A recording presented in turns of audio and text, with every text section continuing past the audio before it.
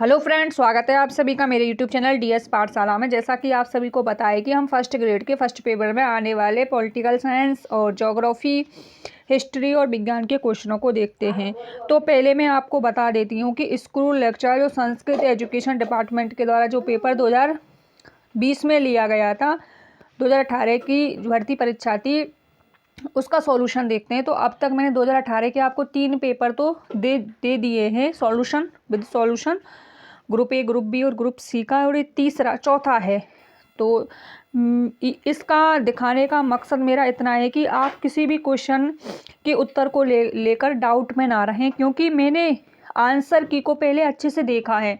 क्योंकि ये होता है ना कि फाइनल आंसर की के हिसाब से क्वेश्चन का आंसर होना चाहिए, तो फाइनल आंसर की के हिसाब से इसमें मैंने देखा हुआ है। तो आप किसी भी क्वेश्चन में डाउट मत कीजिएगा। आरपीएससी की साइट से मैंने इसको डाउनलोड किया है, तब आप लोगों के समक्ष इसको रखा है। तो पेपर को शुरू करते हैं।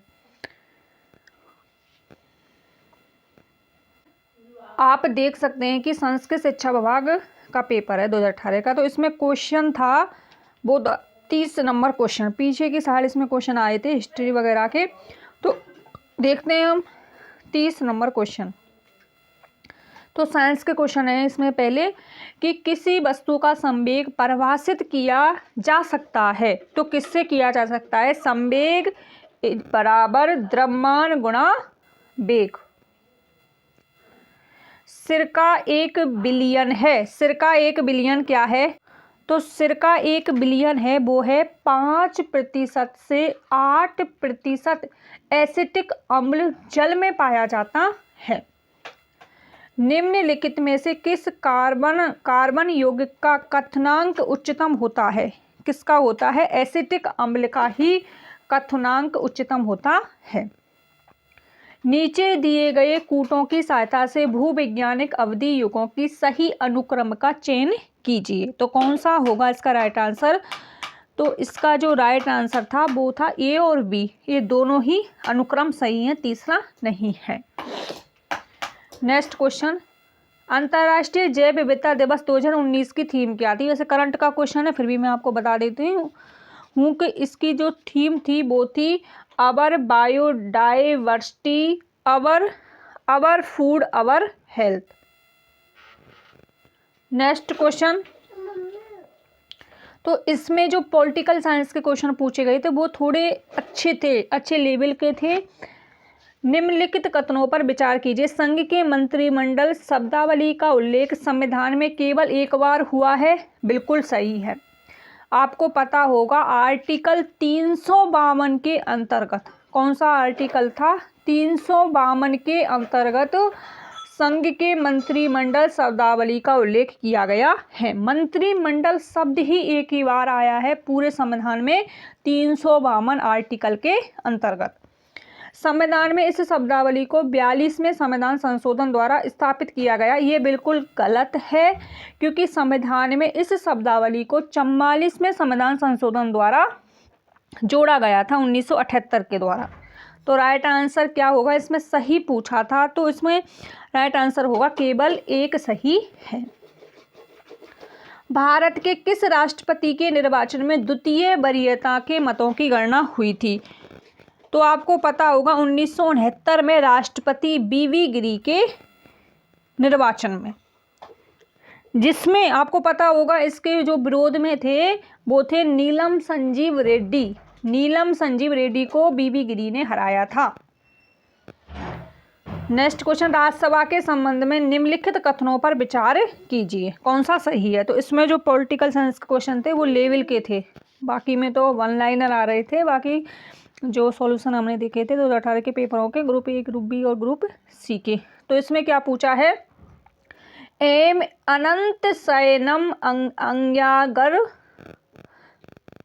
राज्यसभा के पहले उपसभापति थे। तो गलत है, उपसभापति पूछा है, तो उपसभापति थे Shri S B Krishnamurthy Rao. S B Krishnamurthy Rao थे। पहले संविधान संशोधन के लिए राज्यसभा का अनुसमर्थन नहीं लिया गया था।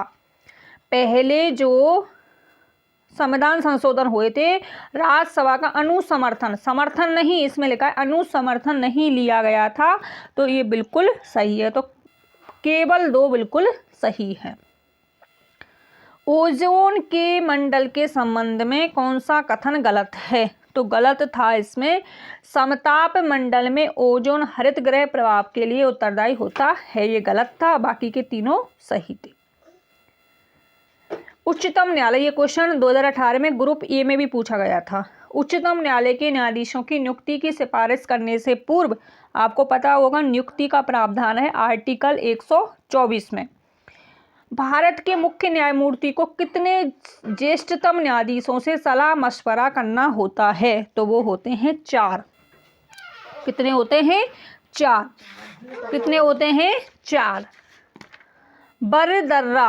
बर्रदर्रा स्थित है, तो आपको पता होगा बर्रदर्रा कहाँ पर स्थित है? मध्य अरावली के मध्य।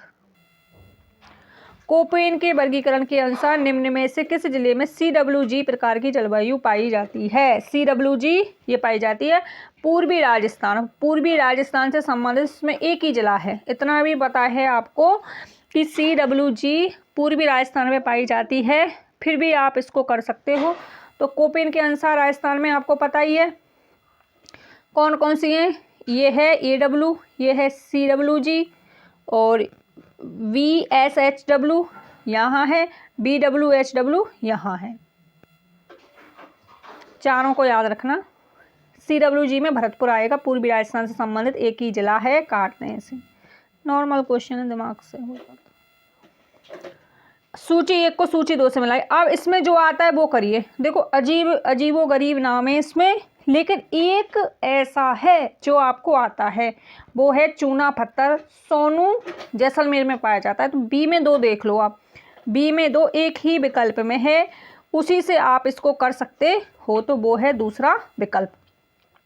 ग्रेनाइट पाया जाता है अजीतगढ़ सीकर में, चूना पत्थर सोनू जैसलमेर में, और घिया पत्थर पाया जाता है देवपुरा उदयपुर में, और रॉक फास्फेट पाया जाता है मांटोन उदयपुर में। नए शब्द हैं, लिख लेना अपनी नोट कॉपी में। संविधान के अनुच्छेद 355 में आपत्ति की किन दशाओं का उल्लेख है? 355 है, ना कि 352। तो इसका जो राइट आंसर है वो है बाह्य आक्रमण या आंतरिक अशांति की दशाओं पर। प्रसिद्ध तीर्थ स्थल गलियाकोट किस नदी के किनारे है? सिंपल सा क्वेश्चन है, माही नदी के किनारे। कौन सी नदी के किनारे होगा दोस्तों? माही नदी के किनारे, माही नदी के किनारे। गलियाकोट डूंगरपुर में, माही नदी के किनारे। आपको पता होगा संत फखरुद्दीन की दरगाह भी माही नदी के किनारे है, जहाँ पर दाऊदी बोरा संप्रदाय का सबसे बड़ा उत्सव बढ़ता है। और रमकड़ा उद्योग भी आपने पढ़ा होगा, रमकड़ा उद्योग और मिट्टी के खिलौने, रमकड़ा उद्योग वो भी यहीं गलियाकोट डूंगरपुर के प्रसिद्ध हैं। तो ये क्वेश्चन थे, नीचे क्वेश्चन उससे संबंधित है, मैंने ये आपको करा दिए हैं स्कूल मैनेजमेंट से संबंधित। तो 2018 से संबंधित चारों पेपर मैंने आपको करा दिए हैं। आई होप आपको ये अच्छे से क्लियर हो गए होंगे। तो और क्लास आपको इवनिंग में, एक क्लास कल जरूर मिलेगी आपको इवनिंग में, तो मैंने सोचा कि एक क्लास मॉर्निंग में रखते हैं और एक क्लास इवनिंग में। अब 2020 के कुछ पेपर हैं, उनको भी हम देखेंगे। तो मिलते हैं नेक्स्ट वीडियो में, तब तक आप अपना ध्यान रखिएगा। Bye bye, take care all of you.